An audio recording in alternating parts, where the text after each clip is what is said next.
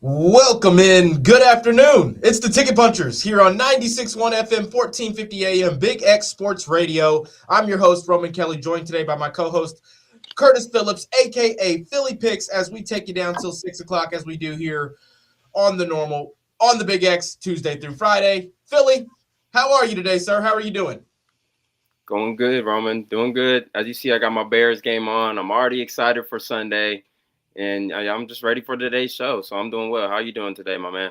Doing great. Had a long day in the studio today as the afternoon shows were out at Bootleg Barbecue. And, me and Matt Childress, we kind of alternate whether or not he's the person in the studio for those 12 to 6 kind of days. And then I'm out there on scene like we did the Window World thing last week at the Kentucky Exposition Center. We flip-flopped, so I was in the studio today. Long day of producing for me, not as much talking, but that's all good. Saving it all for the Ticket Punchers. That's what we're doing here today.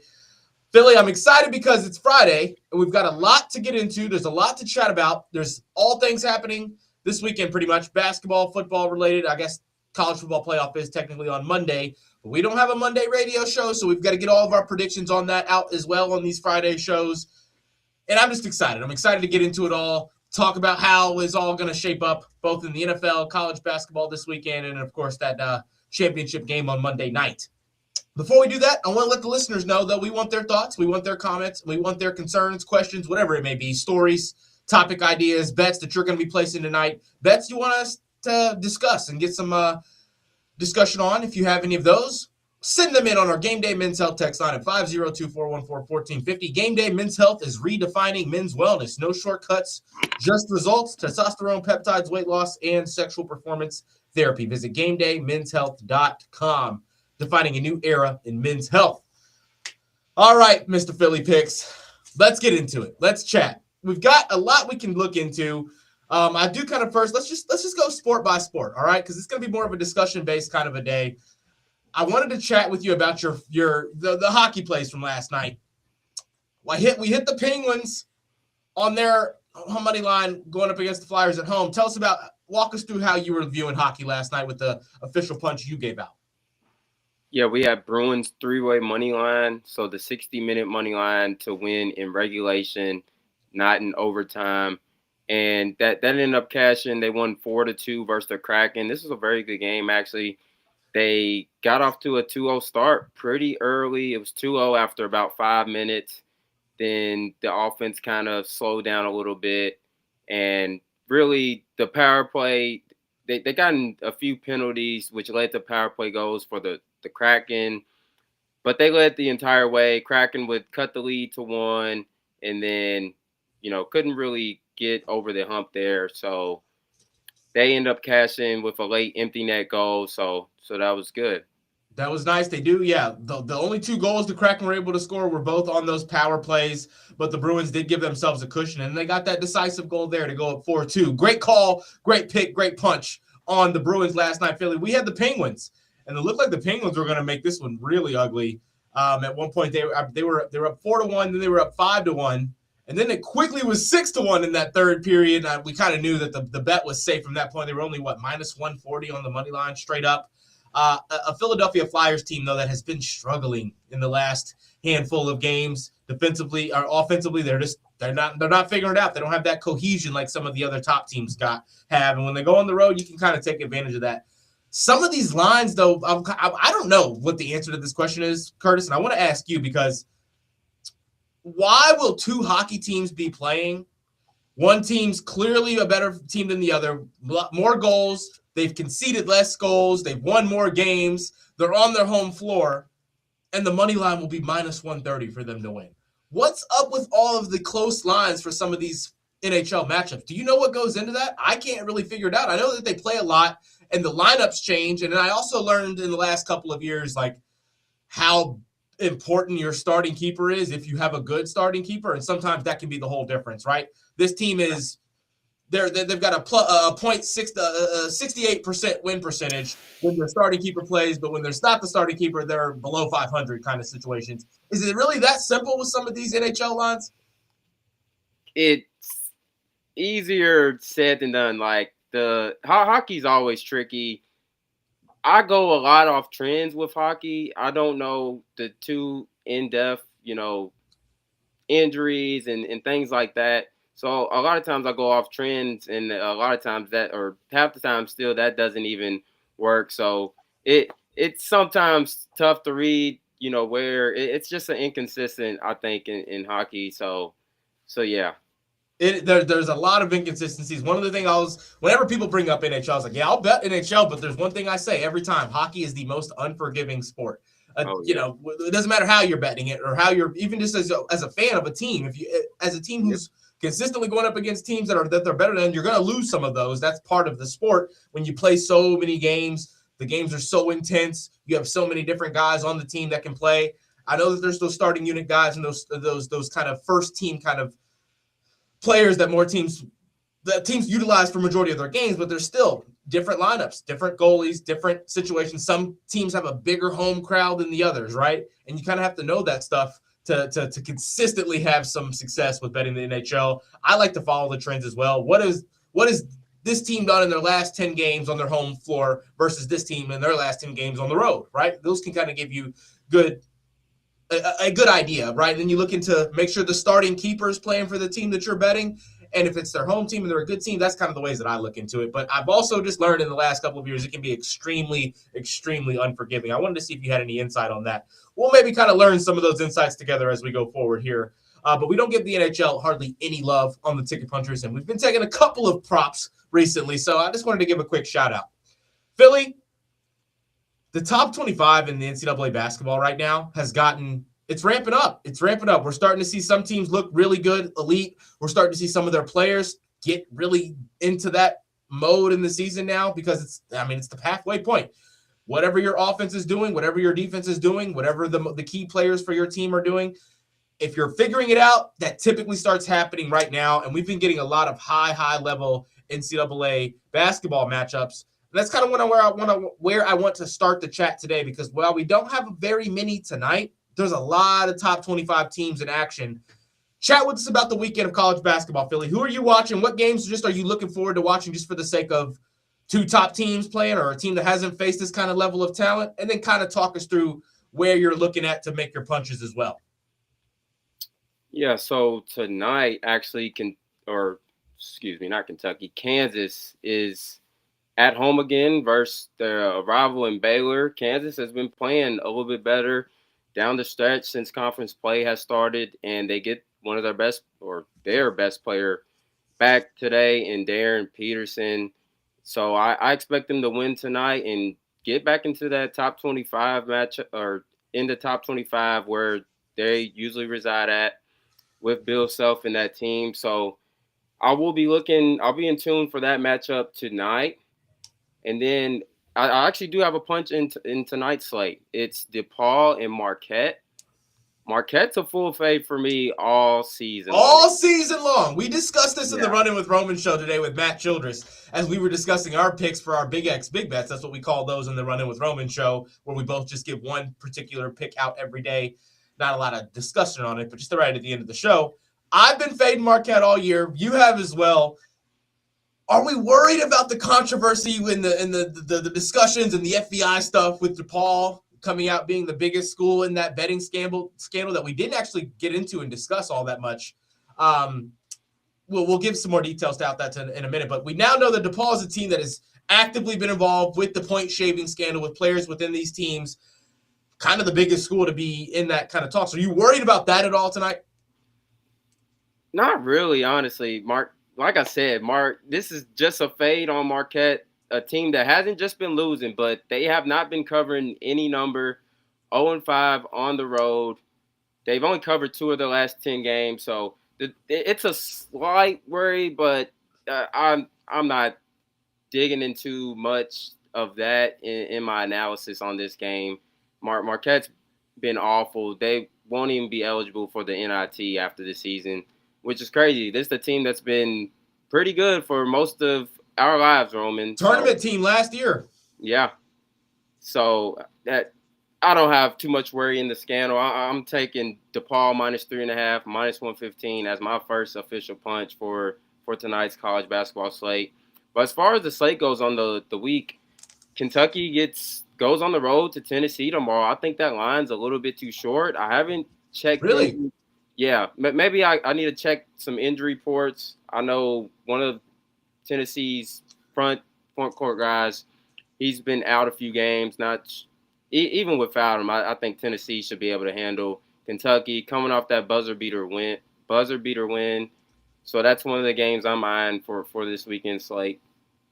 I like that. I think the line's interesting at 5.5. I need to look into the injury report on this one, or at least what's been said about some of the injuries in this one, Philly, because I mean, while Tennessee's looked iffy against good teams, this UK team has struggled against good teams. I mean, you were a missed shot away from losing to that LSU team that would have been maybe one of their worst losses on the season, if not the worst loss. You look at what happened against Alabama, a team that's not great defensively. They struggled, though. They've just not been good at defending good teams either, right? And I kind of worry about the Cats in this one. I say I worry. I want them to lose. I don't care if they lose. But for the sake of people that are trying to bet Kentucky in that +5.5, I'm not too sure. I mean, yes, Tennessee has lost a couple of games. Yes, they've dropped some few. They've also got back to playing. I mean, they've showcased already that they can play a really, really high level. Offensively, I'm not the big believer in Tennessee. But when they've got that overwhelming size and skill out on the perimeter with Gillespie going up against a Jalen Lowe-less team in Kentucky and then a team that doesn't also have Jaden Quaintance down low, without Jaden Quaintance down low, how are you going to combat what Tennessee does in the interior? Their play, get to the paint, bull rush this team, don't let them stop you, get to the rim, you're going to get those free throws calls, and that's going to open up shots from there. It's an ugly brand of basketball, but it works, right? If you have the right athletes, Tennessee this year does – more times than not, depending on the matchup, have the right athletes. So give me Tennessee on them. I'm gonna go ahead, Philly. I'm rocking with you on DePaul. I see 2.5 here. So we'll give you 2.5 on the official punch because that's what I'm still seeing right now.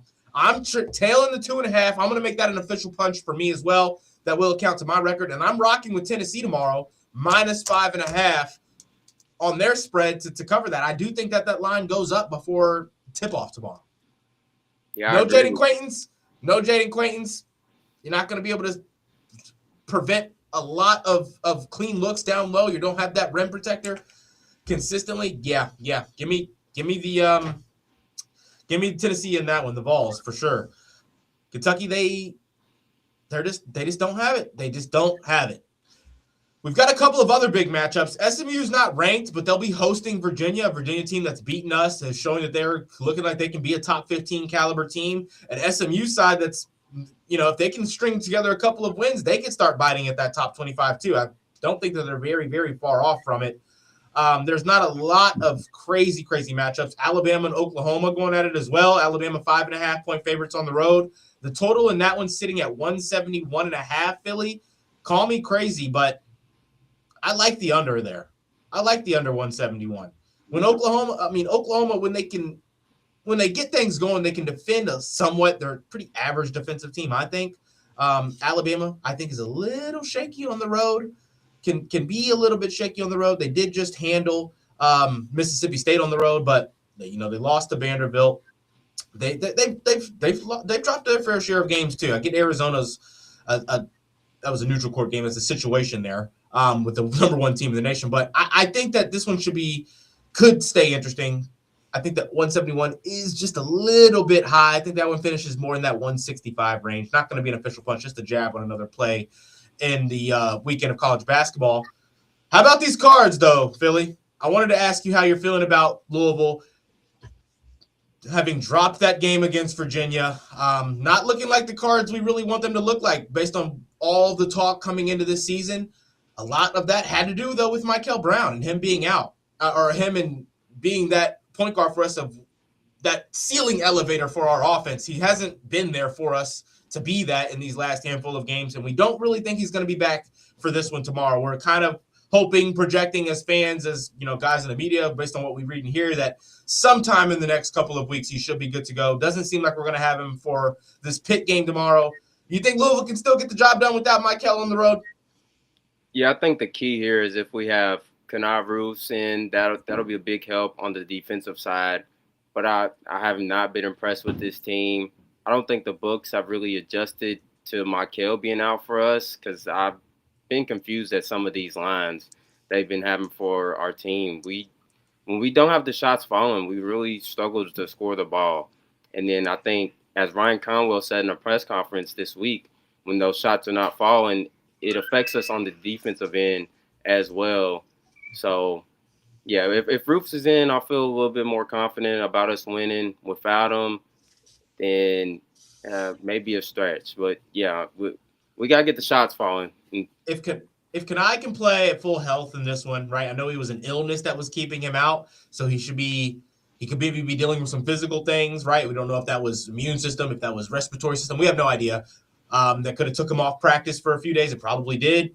If he's still in, ready to go and ready to run, I think you got to throw him out there. Defensively, it showed in the Virginia game just how important he can be for our bench unit, or even some lineups out there where we need that size and versatility. He's the only really option we have. We can't rely on Case and Pryor anymore. So, I shouldn't say anymore. We haven't been able to rely on Case and Pryor consistently yet, especially not as a defender. So he's still taking time to get active with that knee and get right and get back to what his true self. Will he do that in a timely manner and before the season's over? I don't know. ACLs on big guys are different. It's different for every human being, for one. But for athletic, tall basketball players, it's really there's no certainty on it. And he's clearly having some issues still with his agility and mobility. And he's also kind of not making the best decisions, so he just hasn't been the best defender for us to keep things blunt. But Philly, 6.5-point favorites. Louisville is on the road. We were 4.5-point favorites over Virginia, I think, at the time of game time. Yeah. We were favored pretty heftily, or we didn't cover against Boston College either. What were we in that one? 22.5-point favorites in that game. Yeah. I can't remember what the Duke game was. I believe it was pretty close. I believe Duke covered in that one. I think it was 8.5 or 9, and they won by 11. Yeah, last Stanford was Cal. Yeah, Stanford, we were favored. We lost, right? Yeah. I don't think we covered in a single game since Michael's been. Okay, Cal, you're right. We covered against Cal. We covered against. Did he play in that one? Yeah, that was the last game he. Or no, he didn't play in that one. He didn't play in that one. No, he didn't. He hasn't played since before the Tennessee game. Memphis was the last game that Michael Brown played in. We did cover against Montana. We covered against California. We have not covered in a single other game that Michael has missed. Naturally, even though I did pick us to win on the radio today, I do believe that we'll win this game. I think it's a narrow victory, like I projected the Virginia to win to be. And when you look at what the Virginia game was after the 14-8 mark, which say what you want about that, it was a nearly evenly based kind of a matchup. We didn't feel like it, but point-wise it was. It's, granted, you're dealing with a team that has that cushion, that has that lead. Once they got up to that lead, though, we played them pretty evenly. We didn't play with the same effort and intensity level as them, but I still saw that the flashes of scoring out there for us. Pitt is not the same well-oiled machine by any means that Virginia is. They still have a little bit of offensive prowess, I think, with a couple of their guys. They're not overwhelming, though, with their ability. They're also not overwhelming in their size. They've got a couple of guys that are big, 116 guy that starts. I think there's 168 guy on the bench, but there's not going to be a whole crazy overwhelming amount of size out there. I think this is the kind of game where Javon Hadley should be able to be a versatile defender for us, rather than someone that's like, gosh, I wish there's somebody on the floor that he could be guarding right now that's not this guy, and you feel that way about all four other guys as well. That shouldn't be an issue in this game with Javon Hadley. So ultimately, I do think Louisville wins, but I don't know if Louisville covers. I don't think they do. I'm probably going to lean – especially if it moves to 7.5, I'll probably get on that Pitt 7.5, which I know Louisville fans don't like hearing that, but Louisville just has not been consistently covering. And you have to kind of be prepared for a close, ugly game without Michael Brown, because that's kind of what we get. Just wanted to get a little bit of Louisville chatter out there for our Louisville listeners as well. Let's check in on the Game Day Men's Health text line here. I believe we haven't had anything coming in so far yet. Yeah, nothing coming in yet on the Game Day Men's Health text line. Nothing else in our chat here on our Ticket Punchers chat via X and YouTube. If you want to get your thoughts in, feel free to do so. Philly, your Bears are in action this Sunday. Before we talk NBA tonight and the weekend of NBA, maybe just a couple of points in NBA, let's get our thoughts out on this NFL slate for this weekend. We've kind of been doing it every day this week and last week, but it's that time of year. It's the divisional round in the playoffs. It's what is about to be the most watched sporting events of the year up until the Super Bowl. They're happening this weekend, right?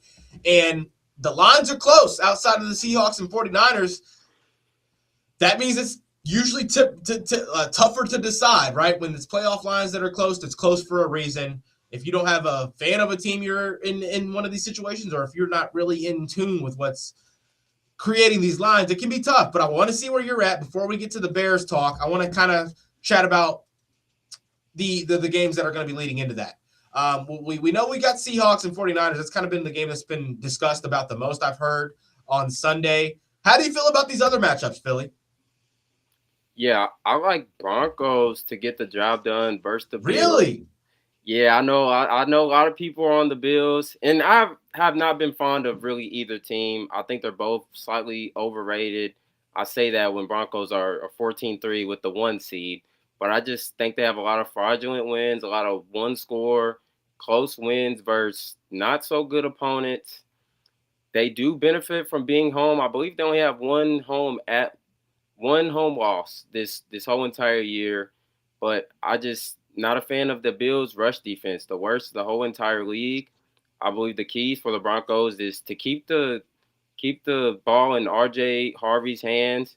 If the Jaguars last week would have kept ETN or had kept giving them the ball, I believe they would have won that game. The team averaged 6.7 yards a carry, yet ETN only had 10 carries. So I think they dropped back too much with Trevor Lawrence. I believe they would have won that game. And Bills have to travel now, going down from Jacksonville, traveling 2 time zones now to altitude in Denver. I think that Mile High crowd is going to be rocking. And I do think they find a way to get the job done. So I do think the Broncos win. There was some big news in the Patriots-Texans game today. Nico Collins will be out. So that kind of changes my perspective on that game. I was leaning – Texans was my Super Bowl pick. I had them coming out of the AFC about mid-December. But now without their number 1 target on the outside, that's going to be a tough task, even with the best defense in the league. Yeah, but I think Drake May's been playing well all season at home. We saw C.J. Stroud struggle a little bit in the cold last week, putting the ball on the ground 5 times, so he definitely has to be better. So I lean Patriots in that matchup now. And then my Bears. Coming into the playoffs, the Rams was the team I was most scared to play as a Bears fan. But seeing how both of these teams played last week, I am confident that we get the job done. I think weather is going to be a huge factor. At kickoff, the temperature is going to be around, I believe, 15 degrees. The feel like obviously will be a little bit lower than that. But I saw a cool stat today. Matthew Stafford, he has never played in a game where the temperature at kickoff was less than 20 degrees. And that's crazy from a guy that's been playing, 13, 14 plus years in the NFL.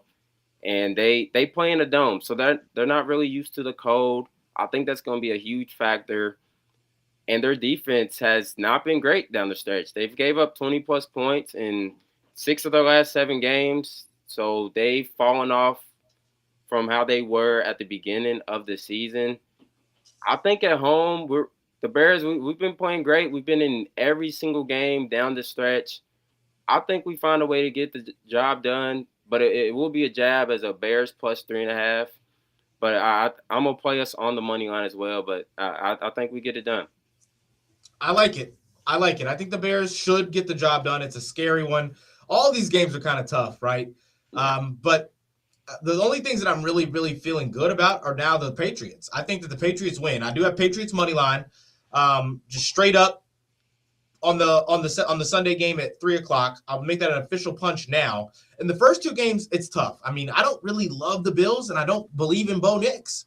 I think that Sean Payton has the edge in that coaching matchup, obviously, but it's just kind of hard to gauge. The Broncos won so many close scoring games that you're kind of like, all right, you're bound to lose one of these, right? And then the Bills on the flip side, Josh Allen's like, you keep messing up. You keep choking in these kinds of situations. Granted, you finally got that road playoff win in your last matchup.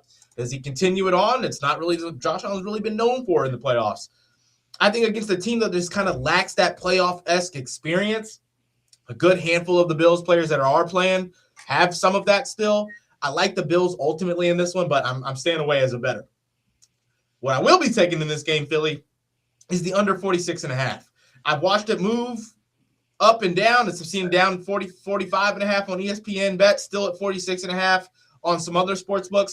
I'm going to make that an official punch for me as well. I think that this one kind of stays a little bit low scoring. I think this is like an ugly 17-13 kind of game, or even like a 20-17 kind of a game. And I think that the Broncos defense is serious.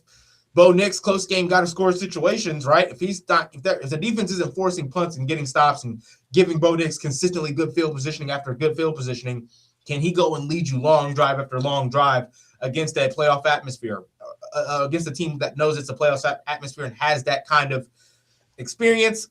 I don't know. But I will be taking the under 46 for those reasons. In that one, I don't really love anything in the 49ers Seahawks matchup. I think that Kenneth Walker hasn't failed me all year, Philly. 50-plus rushing on Kenneth Walker. I love that line. The odds on it are up pretty high right now at minus 195, so maybe you kind of see if you can get a couple more yards out of him for better odds. That's going to be my other official punch in the weekend of NFL. Do you have any official player props that you were looking at in any of these matchups? Yes, I do. I have 3 right on deck in that same matchup between the Seahawks and 49ers. I like Kyle Juszczyk over 1.5 receptions at minus 135. Kittle is out, which was obviously a big piece, their number 1 target. He's hit in 3 straight playoff games, and he's hit in 3 of the last 4 without George Kittle. So I like Kyle Juszczyk to be used in the passing game a little bit. And then I like Christian McCaffrey over 110.5 rushing and receiving yards at minus 110. He's over in 5 of the last 6 games without George Kittle, 12 of 18 on the season, and he's hitting 5 straight playoff games. So I'm expecting 25 to 30 touches for CMC.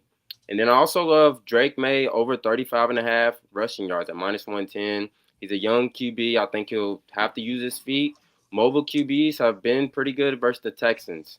So I think Drake May gets at least 36 rushing yards. So all those are official punches for me.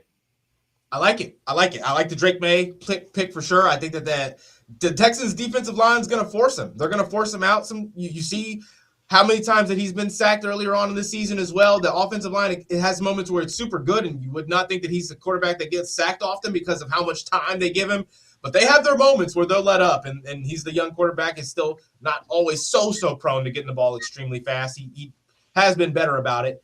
But I think they're going to make him use his feet. So I like that play.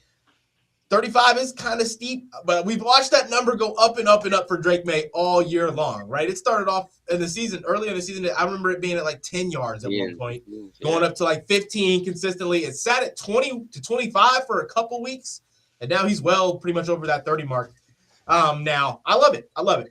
The 4 plays that I'm going to be taking on the weekend, Philly, I've got 3 of those are official punches. I have Christian McCaffrey 50-plus rushing as another prop just because he's going to get the touches. No Kittle, probably going to run the ball a few more snaps than they would have at least in that first half.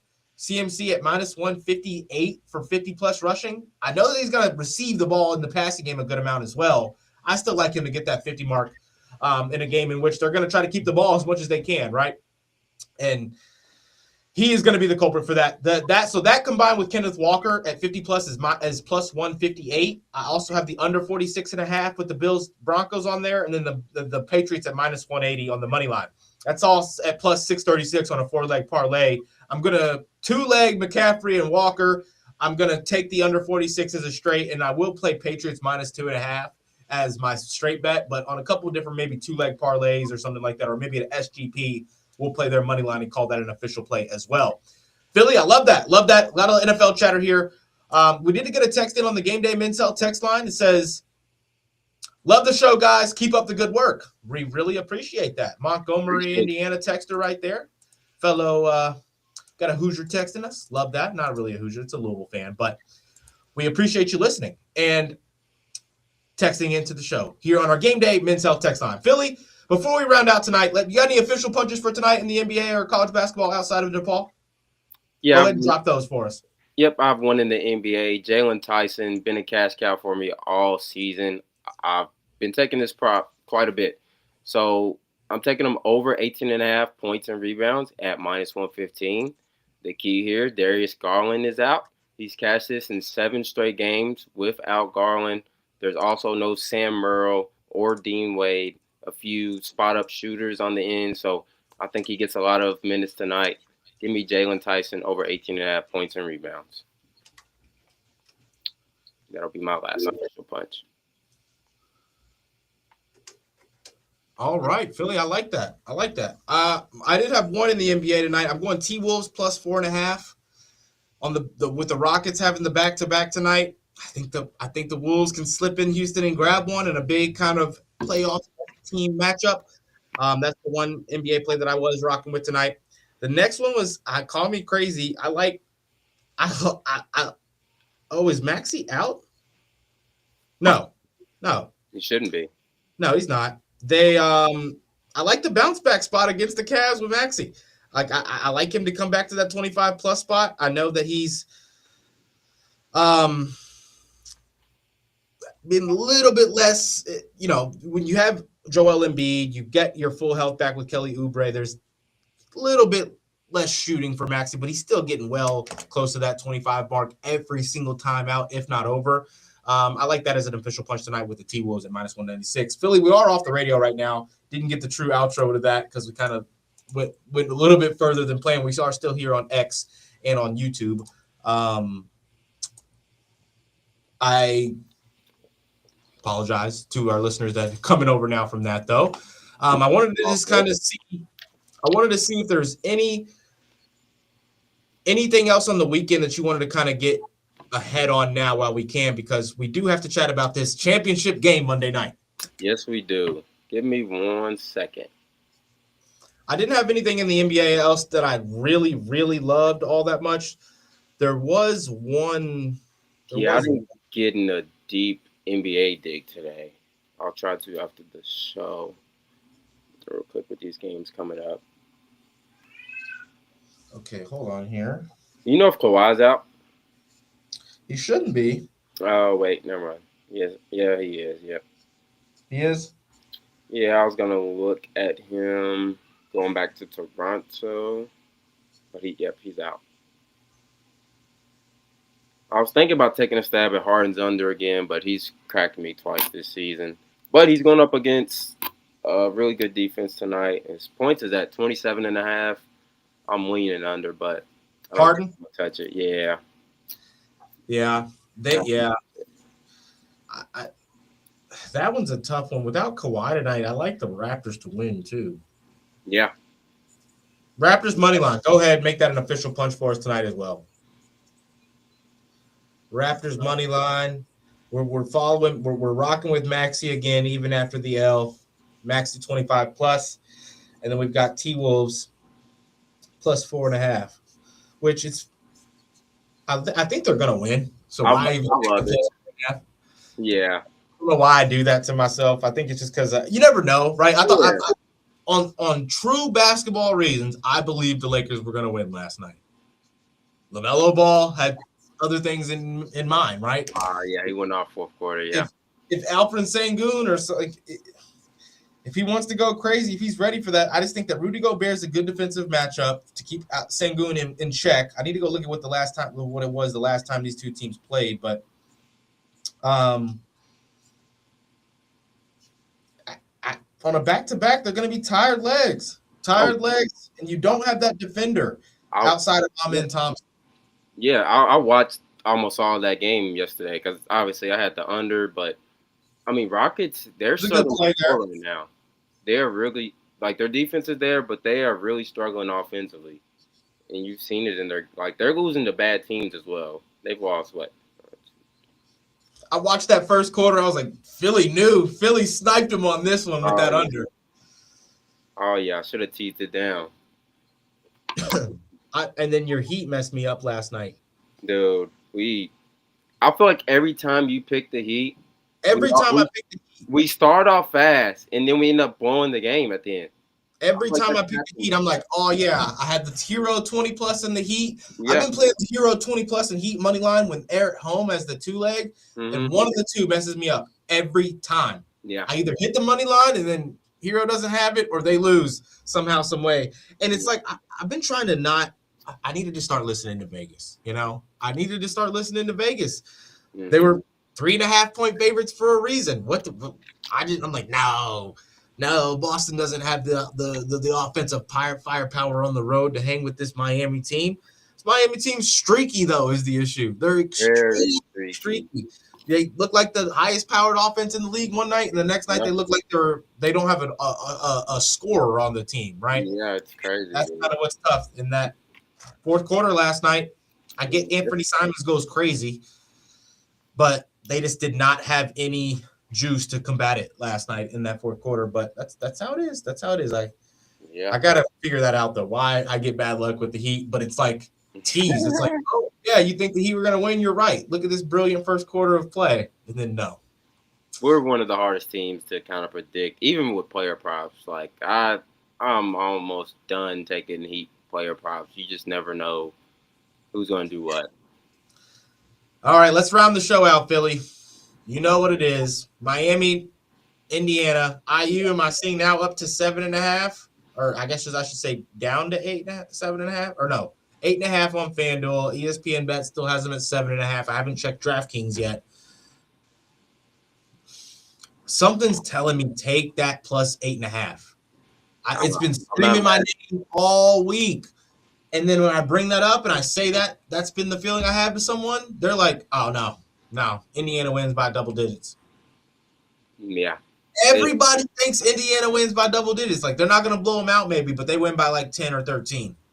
And I'm just like, nobody thinks Miami's going to keep this game close. Everybody thinks they're just chalking it up. Carson Beck's throwing 2 turnovers and Indiana's going to play a perfect football game. That's what we're predicting. We're predicting Carson Beck to be Carson Beck and Indiana to be Indiana, and it's that simple? Yeah, it's not that simple. I'm not mad at you for taking that. And there was a lot of line movement. This started out at like 4.5. That's a big jump. And Miami's they've been proving people wrong all college football playoffs too, you know? And I know the cornerback's out now, but I like it still, man. I'm not mad at you. I'm honestly probably not touching the side, even though I lean Indiana minus 8.5. But I think that team total is the way to go. Indiana's team total over 27.5. You've seen every game. They're gonna run it up the score no matter what. It might not be that easy versus this Miami defense, but I think Mendoza and them boys, I think, will find a way to get 4 touchdowns. Yeah. So that ultimately probably is where my official punch will be. Yeah, I'll go ahead and drop that as official punch. Indiana team total over 27.5. Okay. Okay. I'm not mad at that Miami look though. I just think that if they can not turn the ball over and run the ball, Yeah. they should keep the ball long enough to not get blown out. Yeah, I agree with that statement. If they can play the keep away game and actually move the ball on that defense, then they definitely can cover. I saw like when Miami ran the ball. Who was it in their last game? The Ole last Miss. match. Ole Miss. Yes. Fletcher got the ball like 4 times, and it looked like it was going to be a 2 or 3 yard run, and then it's all of a sudden an 8 yard run. Mm-hmm. And there was that one where it was like, oh, this looks like it was about to be a 6 or 8 yard run. 16-yard run. The O-line gets that push. This is an NFL O-line. Mm-hmm. And that's like an NFL O-line, if you can get the field general Carson Beck and the quick snap correct decision Carson Beck, if Mark Fletcher runs the ball like that and you get a push from your offensive line like that, the offense can go down there and do those. Wasn't it like, was it Ole Miss? I think Ole Miss had one. Miami had like 2 or 3 super, super long drives against Ole Miss. Yeah. Taking away crazy time off the clock. Yeah. If you can do that, it's harder to get blown out, is my thing. That's my only thing. Now, if Carson Beck throws an interception in the first half, or if he throws a pick 6 at all, you're giving it, and that's advantage Indiana massively. Yeah. Because they take advantage of teams that don't take care of the football. And that's the only, I get where people are coming from, but I mean, Beck's been good lately at not turning over the ball. So yeah, when's his last turnover? Let's see. He I don't know. had one against Ole Miss. He threw one against Ole Miss. I can't remember that right. for some reason. He didn't have one against Ohio State, and I don't think he had one against Texas A&M. He didn't have to do much against Texas A&M because they ran the ball for 200 something crazy yards like that. Yeah, that or game 175. They ran for 175 yards in that game. Mm-hmm. I don't know, man. Just look at this defense. This defense, 16 points before the fourth quarter. Like you allowed 11 points to Ole Miss in that fourth quarter, but before that, it's like 16 points to Ole Miss outside of that fourth quarter, 14 to Ohio State, 3 to Texas A&M. I do think Indiana's going to score, but it shouldn't be anything. It shouldn't be one of those crazy 33 points, 56 points, nothing like that. I don't think this Miami defense is going to allow that to happen. And I think that if they can run the ball long like they did against Ole Miss with some of those 10-minute drives, they could potentially keep it just within that 9-point region. Yeah. That's my only real take on that. Mendoza, I mean, he's unreal. They're gonna get the touchdown. They're gonna score. You've seen what he's done his last 3 games. So no ifs, ands, or buts on that. But ultimately, I do pick Indiana to win. I pick Indiana to win by like 7 or really 6 to 7 points. I'm probably going to be wrong. I'm going to cover with it sitting at 8.5. I'm going to take plus 9.5. I'll water that down. Take the plus 9.5. That's probably the only real way I'll bet that one. I don't like the over under on it. So that'll be it. That'll be it on the college football playoff championship game talk there. Philly, anything else you want to add before we get out of here? Bear down, man. Go ahead and plug your other show that you do. You've never plugged your show. Go ahead and give your other show a plug and let the listeners know where they can find that if they ever are interested in more Philly Pick content.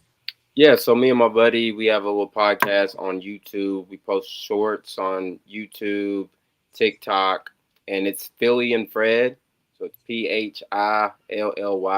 and Fred, FRED. So you can find us, like I said, on YouTube, TikTok. We're also on Instagram as well. So we'll actually be doing a show right when I jump off of here, and we'll get some videos uploaded tomorrow. So lots of good content on there as well. Philly and Fred, if you want more Philly Pick content, and also at Philly Picks, if you want to go and get whatever free picks Philly's giving out on the handicapping realm, you can do so there, and also see how you can join up on the Discord. But this is going to wrap us up here on the Ticket Punchers. Thank you all so much for tuning in. Thank you all so much for listening. No JR today. He had to do some he trains a couple kids in basketball, and he likes to follow their games that they've got that are nearby his house. So he's out watching basketball for one of his trainees tonight. But we'll have him back next week. Philly, let's go punch those tickets, my man. Punch those tickets. Actually, before we do that, I want to say Matt just texted me. He said, was not expecting to open the stream and see Curtis in full Bears drip. LMAO, I respect it. Yes, sir, Matt. Matt's a big Pats fan, as we all know. But, Philly's going to represent, and we love that about Philly. And you should. When your team's in this kind of spot, that's what it's all about, right?